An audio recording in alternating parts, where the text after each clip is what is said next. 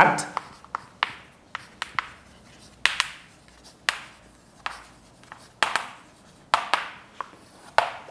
Oui, au niveau de petit 4, qu'est-ce qu'on peut retenir?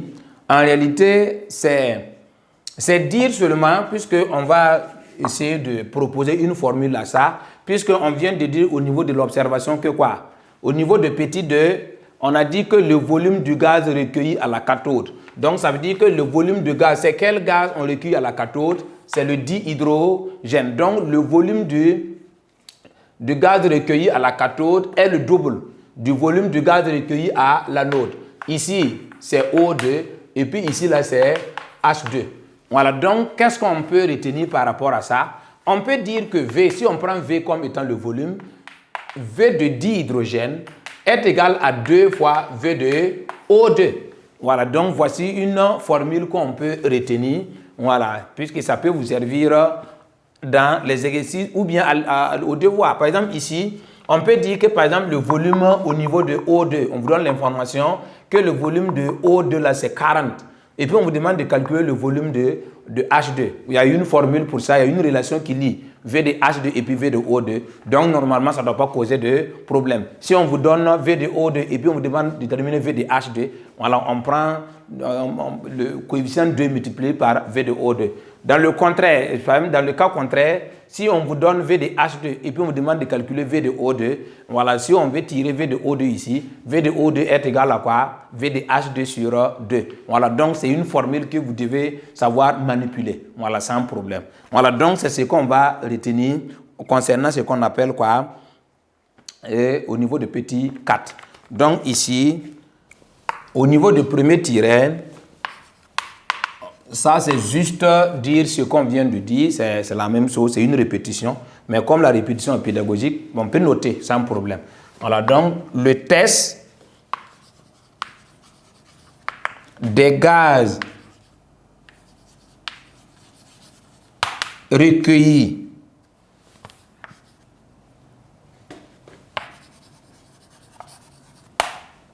montre qu'il se dégage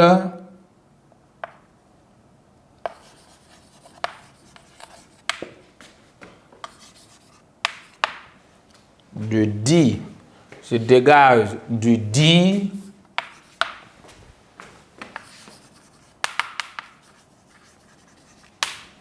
oxygène à l'anode et du dihydrogène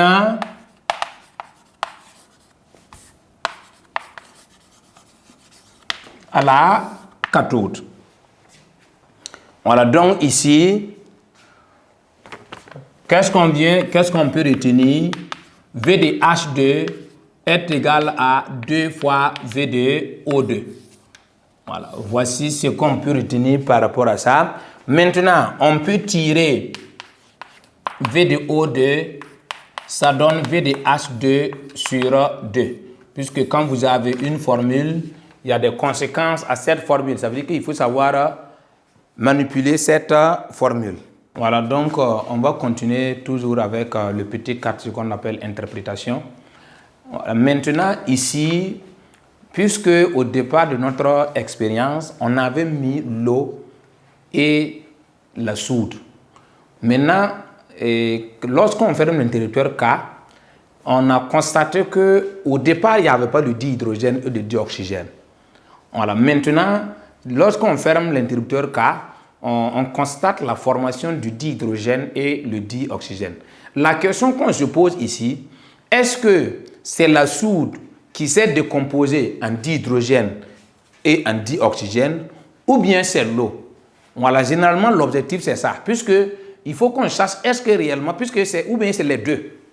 Maintenant, pour pouvoir répondre à cette question, on a fait des analyses. On a essayé d'analyser pour voir la quantité de la soude qu'on a mis là. Est-ce qu'à la fin de l'expérience, on a retrouvé cette quantité ou bien la quantité a diminué? Si la quantité a diminué, c'est que c'est la soude, une partie de la soude a participé à la formation du dihydrogène et le dioxygène. À notre grande plaisir, après l'analyse des résultats, on a constaté que la quantité de la soude qu'on a mis là, on retrouve cette même quantité au niveau de l'expérience finale. Ça veut dire que lorsqu'on arrête l'expérience, on constate que la quantité de la soude n'a pas varié. Donc, on peut conclure en disant que la soude n'a pas participé à la formation du dihydrogène et du dioxygène. Par contre, on a analysé l'eau pour voir la quantité d'eau qu'on a mis au départ là. Et puis à l'arrivée, est-ce que c'est la même chose? L'analyse a donné le résultat suivant. Ici, le constat est que la quantité d'eau a diminué. Donc ici, si la quantité d'eau a diminué, c'est qu'en réalité, c'est l'eau là qui s'est décomposée en dihydrogène et en di. Il y a une partie de l'eau là qui s'est décomposée en dihydrogène et en dioxygène. Voici des résultats qu'on peut retenir.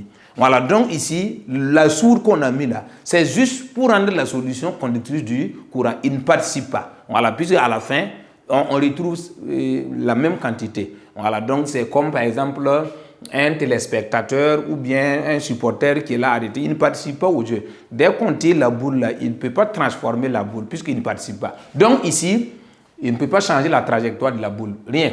Donc ici, ce qu'on peut retenir au niveau du petit 4 toujours, c'est que la quantité de la soude n'a pas changé. Par contre, la quantité d'eau a diminué. C'est ce qu'on peut retenir. Maintenant, et puis maintenant, on va faire maintenant une conclusion en disant qu'en réalité, c'est l'eau qui s'est décomposée en dihydrogène et en dioxygène sous l'effet du passage du courant électrique. Puis c'est quand on ferme l'interrupteur qu'on observe ces différentes transformations-là.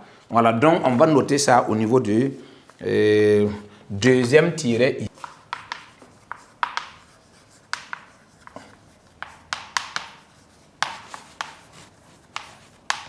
Voilà, cette fois-ci c'est la suite. Voilà, donc au niveau du deuxième tiret concernant le petit 4, c'est ce que je viens de dire. L'analyse de la solution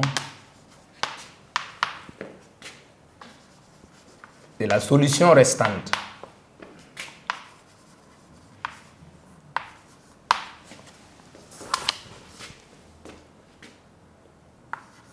Montre que la quantité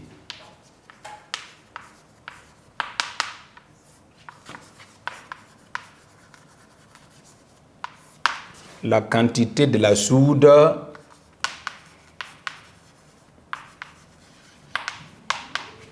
n'a pas varié.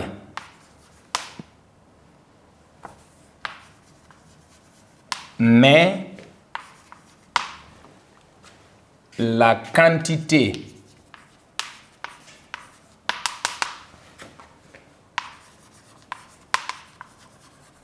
de l'eau a diminué. Voilà, voici l'analyse des résultats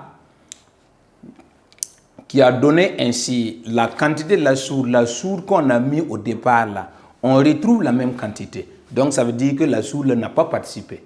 Voilà, donc c'est la soude là, c'est juste pour rendre la solution conductrice du courant. Maintenant, la quantité d'eau qu'on a mis là, le produit, ça veut dire qu'à la fin de l'expérience, on a constaté qu'il y a ça veut dire que la quantité a diminué. Donc ça veut dire que c'est l'eau là qui s'est décomposée. Il y a une partie de l'eau qui s'est décomposée en dihydrogène et en dioxygène. Donc ici, c'est donc l'eau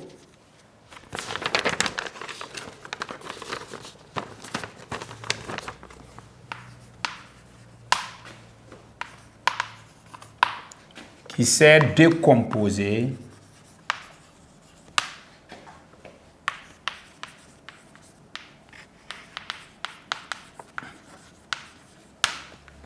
en dihydrogène et en en dioxygène et en dihydrogène. 2 points.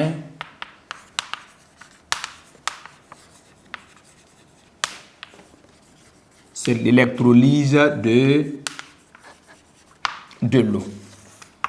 Voilà, donc ici, si on vous demande de définir l'électrolyse de l'eau, c'est tellement simple. C'est la décomposition de l'eau en dihydrogène et en dioxygène sous l'effet du passage du courant électrique. Il faut ajouter ça, puisqu'il y a des élèves qui sont paresseux. Voilà, donc ils diminuent les... Ça veut dire qu'ils aiment ce qui est facile. Pourtant, si tu ne mets pas sous l'effet du passage du courant électrique, c'est zéro, hein, puisque c'est quand le courant passe qu'on arrive à obtenir le dihydrogène et le dioxygène. Voilà, donc ici, l'électrolyse de l'eau, c'est la décomposition de l'eau en dihydrogène et en dioxygène sous l'effet du passage du courant électrique. Voici ce qu'on peut tenir concernant la définition, mais on va revenir sur ça, voilà, pour noter. Voilà, donc, on va, avant de donner la définition, on va parler maintenant de le rôle de la soude. C'est bien vrai qu'on a dit, mais il faut qu'on note. Voilà, puisque c'est l'essentiel. Si on ne note pas, voilà, on risque d'oublier. Voilà, donc on va noter ça. On peut mettre rôle de la soude. Oui, qu'est-ce qu'on a dit concernant le rôle de la soude? Voilà, on avait dit que la soude là, a pour rôle d'apporter quoi? D'apporter les ions nécessaires au passage du courant électrique. Voilà, donc, puisqu'à la fin de l'expérience, on retrouve la même quantité de soude qu'on avait mis au départ. Voilà, donc ici, la soude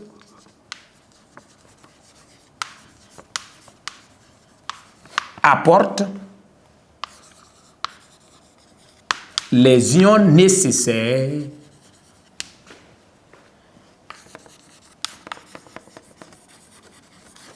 au passage du courant électrique. Voilà, voici ce qu'on peut retenir concernant. Maintenant, en petit 5,